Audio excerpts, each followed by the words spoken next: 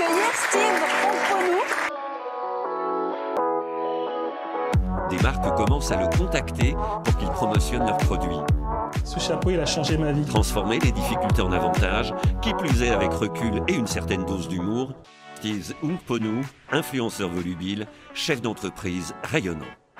Entrepreneur inspirant, en fait, il se dit épicier, pourtant c'est quelqu'un d'humanitaire. Je vous présente Paul Lay, fondateur de La Belle Vie. Salut Paul. Salut Steve. Ça va? Ça va et toi? Ouais, merci Ça beaucoup. me fait trop plaisir. Pareil, plaisir partagé. Merci beaucoup d'accepter d'être présent sur le cocktail des excuses. Eh bien écoute, j'adore prendre des petits cocktails. On va faire ça. Parfait. Juste avant, n'hésitez pas à vous abonner à la chaîne Steve Pomponou, n'hésitez pas à commenter, liker la vidéo et nous dire ce que vous en avez pensé. Allez, c'est parti. Alors Paul, merci beaucoup d'être là. Est-ce que tu peux te présenter pour les gens qui ne te connaissent pas, dire qui tu es, d'où tu viens, parler de ton parcours? Je vais commencer par d'où je viens, parce qu'on vient de la même rue. Exactement. Je viens d'Evry, j'y habite toujours presque, parce que je suis à côté. Ma mère habite toujours dans cette rue où tu as grandi aussi. Donc on a été voisins et sans le savoir. Ouais. Voilà, et ça c'est très drôle. Et je pense que c'est la petite histoire qui nous a unis. C'est le truc qui a brisé la glace. C'est le voisin en fait. Je suis sorti de ouf. Ouais, deux blocs. Ouais, c'est incroyable. Je viens d'Evry, j'ai 40 ans, je suis père de 2 enfants de 3 ans et 7 ans. Et je suis le cofondateur d'un site qui livre les courses à domicile depuis bientôt 7 ans, qui s'appelle labellevie.com. La particularité de ce site-là, c'est que ça te livre tes courses entre 1 et 3 heures à un très gros catalogue. Voilà, probablement l'un des plus gros catalogues alimentaires en ligne. On est au, comment ça s'appelle, pas le Next 40, mais juste avant les 120 startups françaises avec le tout le monde kiffe. C'est la honte de ne pas connaître ça, c'est pour te dire comment je vais me battre. J'adore, on parle d'authenticité. Je voulais faire le mec startup, mais j'ai niqué en fait. Écoute, voilà, j'ai une boîte avec mon associé, puisqu'on est deux, de 500 salariés. Et voilà, on a de l'appétit, voilà. On a beaucoup d'ambition. Je pense que ceux qui suivent La Belle Vie se disent putain, quand même, il y en a beaucoup qui veulent sa peau, quoi.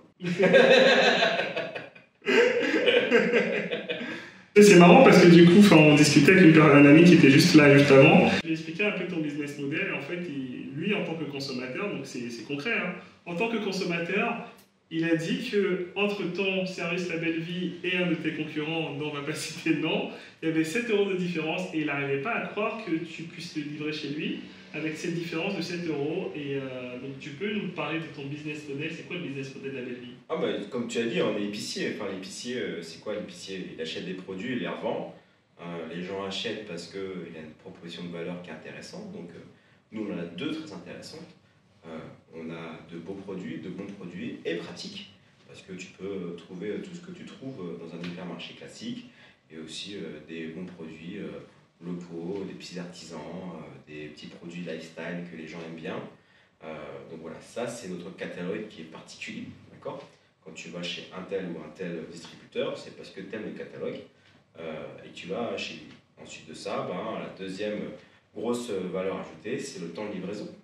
On est le seul site qui livre aussi rapidement dans Paris, Île-de-France. J'espère plus dans quelques années, mais il faut nous laisser le temps et de ne pas brûler nos ailes non plus. Donc on est les seuls aujourd'hui à faire ça. Personne ne livre de cette manière-là aussi rapidement.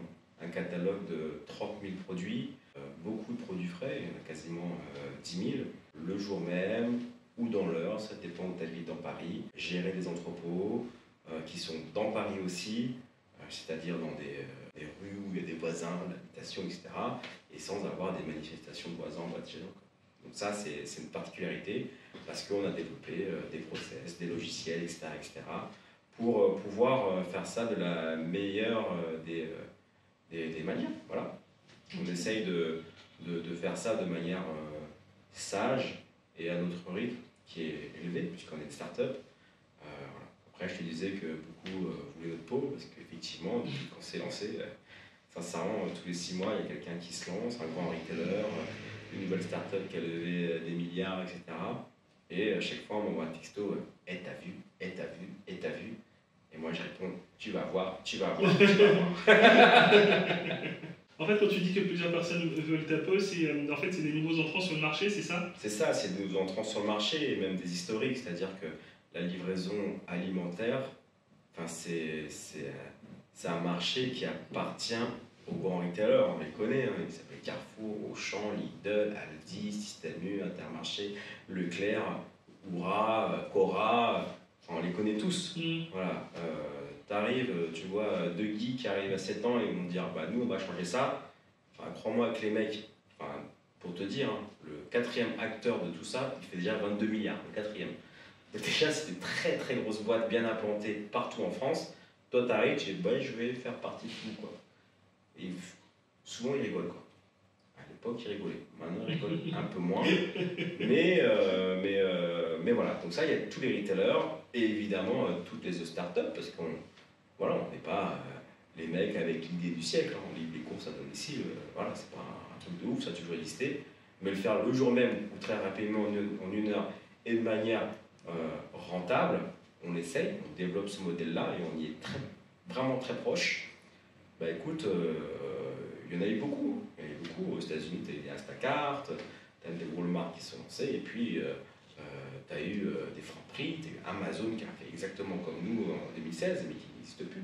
Amazon Prime Now, maintenant, ils sont obligés de s'associer avec Monop. Ensuite, tu as eu toute la vague du Q-commerce. Eux, ils sont arrivés, c'est magique, ils ouvrent l'ordinateur, PowerPoint, et ils prenaient 100 millions. Quoi. Enfin, le mec qui arrive avec 100 millions pour prendre notre marché, déjà, tu te dis, bon, ok, lui, il a les armes. Mais les armes, ça ne suffit pas, tu vois. Mais c'est le jeu des startups, c'est le jeu de l'entrepreneuriat aussi. Et évidemment, nous, on a levé des fonds, pas autant qu'eux, largement pas autant qu'eux d'ailleurs. Mais je pense que voilà, on n'a pas eu les yeux plus gros que le ventre et on fait les choses de manière assez pragmatique. Voilà. On se concentre sur le marché, sur nos clients. Voilà. On ne va pas aller chercher les clients autre part, où on ne connaît pas le marché, machin, etc. Nous, on est à l'aise avec le marché parisien et francilien parce qu'on connaît, on y est, on comprend à peu près ce qu'ils veulent. Donc voilà, c'est beaucoup de nuances dans ce que je te dis. Et toutes ces nuances-là, les gens qui conçoivent la vie le sentent. Ils disent, c'est quelqu'un qui, comme moi, quoi, qui a fait le truc. Donc un Allemand, quand il débarque à Paris, super, bière saucisse, quoi. 100 milliards. Ok. Et ouais, en fait, c'est ça la différenciation, c'est qu'en fait, vous avez décidé de vous positionner sur un marché, donc le marché parisien. Et par rapport aux autres, c'est que oui, vous êtes dans une niche et vous savez ce que vous comprenez en fait votre cible. C'est ça. En fait, c'est comme tout business en fait. Tu dois trouver ta niche et être le meilleur sur ta niche. Voilà. Peu importe si elle est petite ou elle est grosse, sois bon dessus. Voilà. Toi, tu as une audience, tu comprends ton audience, tu sais ce qu'ils veulent, tu sais ce qu'ils veulent entendre, et de temps en temps, tu prends des risques en leur proposant des nouveaux sujets. C'est exactement la même chose avec moi. J'ai mon audience, ce sont mes clients. D'accord, je leur propose ce qu'ils veulent. Déjà, ce qu'ils veulent, c'est plus aller au supermarché, mais ils veulent trouver la même qualité des produits.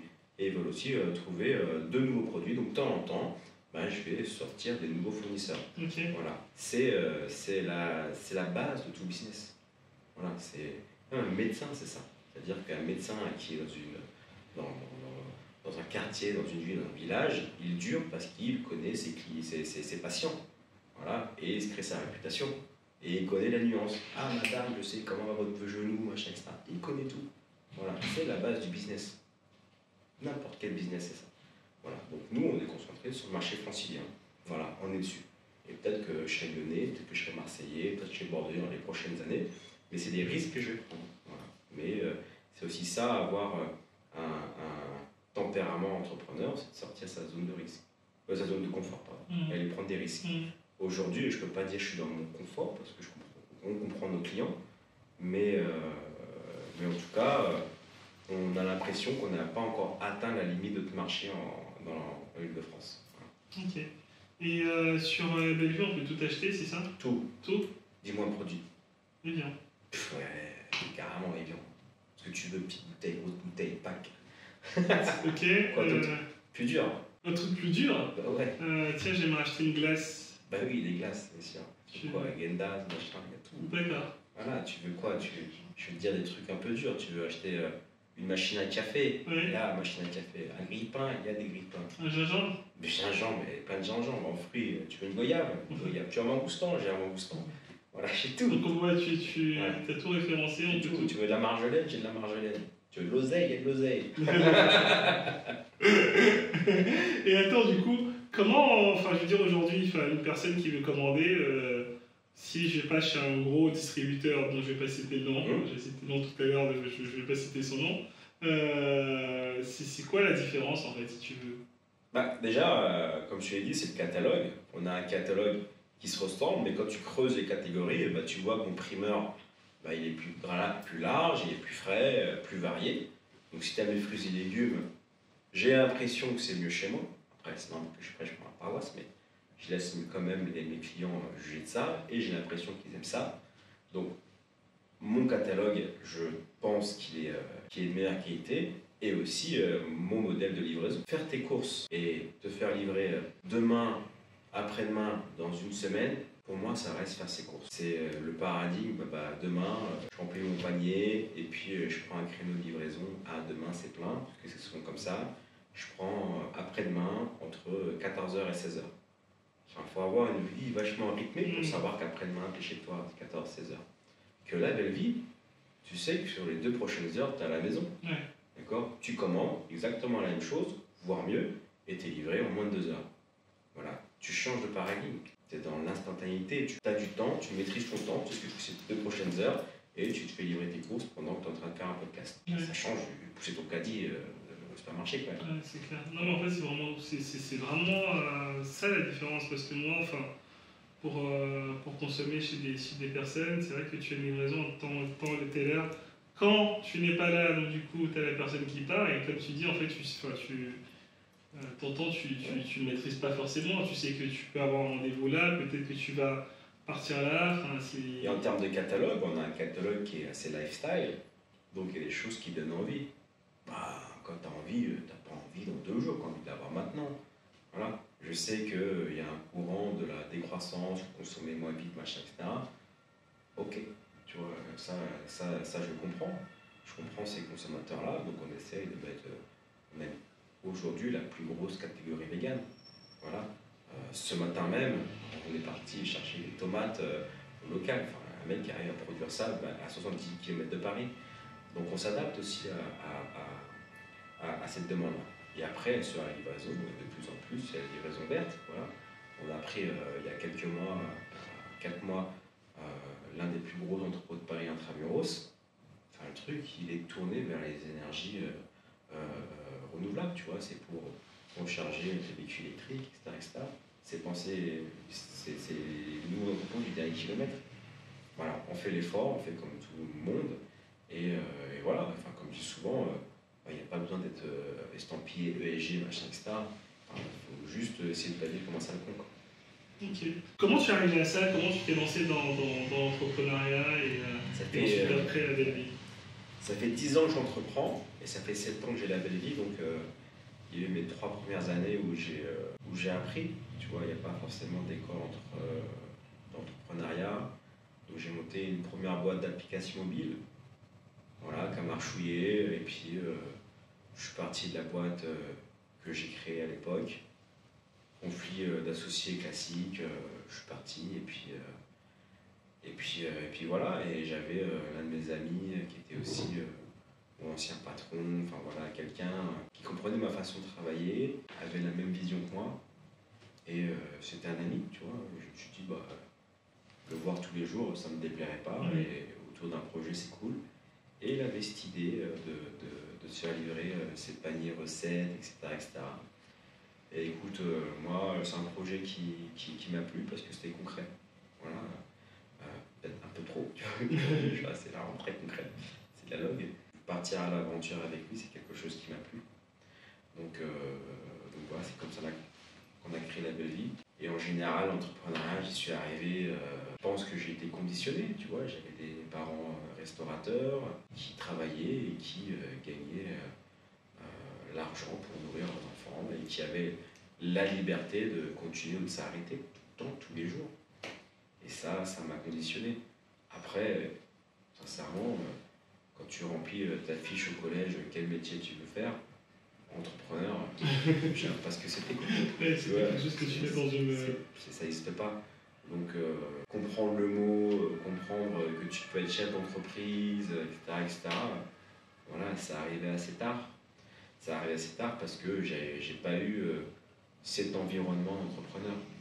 Il y a des entrepreneurs qui commencent à 18 ans, à 17 ans, parce qu'ils sont dans cet environnement-là. On leur dit que c'est possible, fais-le. Moi, on me disait pas ça. Moi, on me disait, va à l'école. Donc, j'allais à l'école. Donc, finalement, je suis arrivé à l'entrepreneuriat un peu plus tard. Donc, j'ai commencé voilà, à 30 ans. Et quand tu es arrivé là, c'était évident pour toi, tu ne te voyais pas faire autre chose? C'était évident pour moi parce que je sortais, j'ai commencé à travailler sur les vrais jobs, 23, 24 ans, les CDI, et puis je les enchaînais en fait. Parce que j'étais jamais très heureux au moment T dans la boîte parce que je pouvais pas exprimer mes idées, exprimer ma parole, ça allait trop lentement, pas assez bien payé. Il y avait toujours une excuse pour me faire partir de la boîte et que je démissionne et que j'aille chercher un autre boulot. Enfin voilà, t'as 30 ans, t'as enchaîné 6 CDI, c'est pas normal quoi, parce que tu dois travailler toute ta vie. Donc j'avais pas enchaîné 100 CDI quoi, et ça n'a pas de sens. Donc à un moment donné, avec la maturité aussi, tu te dis, bah là je vais devenir mon propre patron. Et aujourd'hui, je suis dans l'emploi qu'il me faut avec le mindset que j'ai actuellement. Voilà. Je ne dis pas que je ne pourrai jamais reprendre un travail, hein, je ne sais pas. Mais aujourd'hui, il me faut un environnement où je puisse avoir de la liberté, d'accord, et la liberté de tout faire. La liberté, ça ne veut pas dire passer 4 heures au café. C'est la liberté d'avoir des idées, de pouvoir les tester, de pouvoir les exprimer, de pouvoir les échanger. Voilà. Et ça, c'est intéressant. Et aujourd'hui, avec l'entrepreneuriat qui me le permet, mais si demain, quelqu'un... voilà, j'ai fini la belle vie en 5 ans, on va dire, et puis si quelqu'un me paye pour faire ça, pourquoi pas. Mais ça, c'est le futur, on ne sait pas. Actuellement, c'est le seul moyen qui me permettent d'exprimer tout ce qui me passe par la tête à inventer. Donc en fait, je remarque que c'est parti d'un problème. En fait, ce problème-là, tu l'as transformé en fait en solution, puisqu'en fait, tu proposes une solution aujourd'hui chez La Belle Vie. C'est ça, mais de toute façon, on part toujours d'une frustration personnelle et on se dit, bah, ça peut plaire à d'autres personnes. C'est la base. C'est une autre base aussi d'un business. Tu fais un business parce que tu as des clients. Voilà. Un client achète parce qu'il a une légère frustration ou un besoin. Et puis voilà, nous, on a vu que les sites de livraison de courses à l'époque, ils étaient un peu cracra, c'était pas top quali.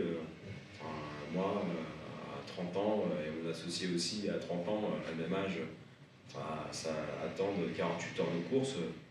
Entre deux, il faut manger quoi. Et on n'est pas des gens qui remplissent son frigo pour une semaine parce qu'on prévoit, alors lundi on mange ça. Il y a un peu de spontanéité et de liberté. La belle vie, ça permet de faire ça. Voilà. Et de toute façon, un entrepreneur, c'est un problème solver. Donc là, par contre, toute ma vie, j'ai fait ça. Quoi. Même les potes, les problèmes, j'ai des résoudre. En fait, j'essaie toujours de résoudre des choses. Voilà. Sur des domaines qui me plaisent. Mais c'est ça, l'entrepreneur. Ça résout des problèmes et ça trouve des connexions. Et selon toi, c'était quoi le point de départ de ta success story de La Belle Vie? Qu'est-ce qui a fait que ça a plus pris que d'autres concurrents sont arrivés et que vous êtes toujours là? C'est quoi la success story? L'étincelle, c'est quand on a compris que notre métier, c'était épicier. Pas start-upper. Tu vois? Ok. Quand tu comprends ton métier, mon métier aujourd'hui, c'est épicier et logisticien. Voilà. Je te dis pas que je suis en train de faire une solution, un machin. Voilà. Mon métier de base, c'est épicier et logisticien. Et tu te focuses dans ça, en fait, c'est ça? Quand tu te focuses que dans ça, parce que c'est grâce à ça que tu exécutes la promesse, voilà, t'es bon. Et aujourd'hui, je vois que la plupart nos concurrents, ils échouent parce qu'ils sont start-upers. Tu vois, ils oublient leur métier intrinsèque.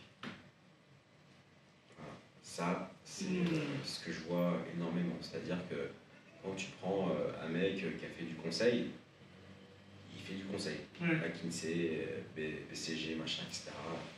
Voilà, tu vois. Mais moi, je suis épicier, quoi. Et un jour, peut-être que j'aurai besoin de super managers comme ça qu'on fait McKinsey, BCG. Ça arrivera probablement. Mais actuellement, on a une taille de boîte où on est encore en train de bouger les étagères, de bouger les chambres froides, etc. Et ça, c'est la créativité, quoi. Et la créativité qui est nourrie par les frustrations de notre présent. C'est-à-dire, ça marche pas. Faut changer. Comment les gens viennent à toi, tu vois, c'est comment les gens viennent sur la belle ville, comment les gens viennent... Bouche à oreille, beaucoup de bouche à oreille, c'est-à-dire que... Et c'est comme tout, encore une fois, quand tu as un bon produit, un bon business, quand tu es un bon médecin, quand tu es un bon pédiatre, quand tu es un bon kiné, quand tu es un bon coach, quand tu es un bon restaurant, quand tu as une bonne bière, quand tu as un bon saucisson, les gens parlent. Alors, il y a tout le monde qui me dit ça. Et si tout le monde dit ça, c'est que c'est la vérité. Je suis le premier à le dire aussi. Mais ta communauté Instagram, t'as pas acheté de trafic. Non.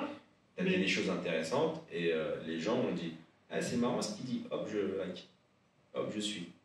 Putain, hier j'ai écouté un mec qui m'a trop inspiré. Je suis. Et c'est. Dans ce produit, tu vois la même chose aussi, c'est ça? Mais bien sûr, c'est bouche à oreille. Qu'est-ce que tu cherches à faire? Quand tu développes une communauté sur Insta, ce que tu cherches à faire, c'est de développer ta communauté. C'est d'avoir le maximum de followers. Donc tu vas dire des choses. Voilà, et c'est bouche à oreille. Mais tout. Voilà. Ça s'appelle le key factor, ça. Le key factor. Quand tu dépenses et que ça te porte à un client, gratuitement, voilà, en fait, là, tu commences à avoir quelque chose de super intéressant. Parce que le mec t'acquiert en payant, il va parler. Et là, c'est super intéressant. Le mec t'acquiert en payant, oui. Apple, tu vois, c'est du bouche à oreille. Oui. Enfin, il y a du branding, mais il y a un truc de ouf, tu vois. Quoi. Mais tu vois, c'est parti, après il y a eu de la publicité et d'autres choses qui ont fait qu'Apple est devenu Apple aujourd'hui. Oui, mais au tout début, c'est un putain de bouche à oreille de la communauté.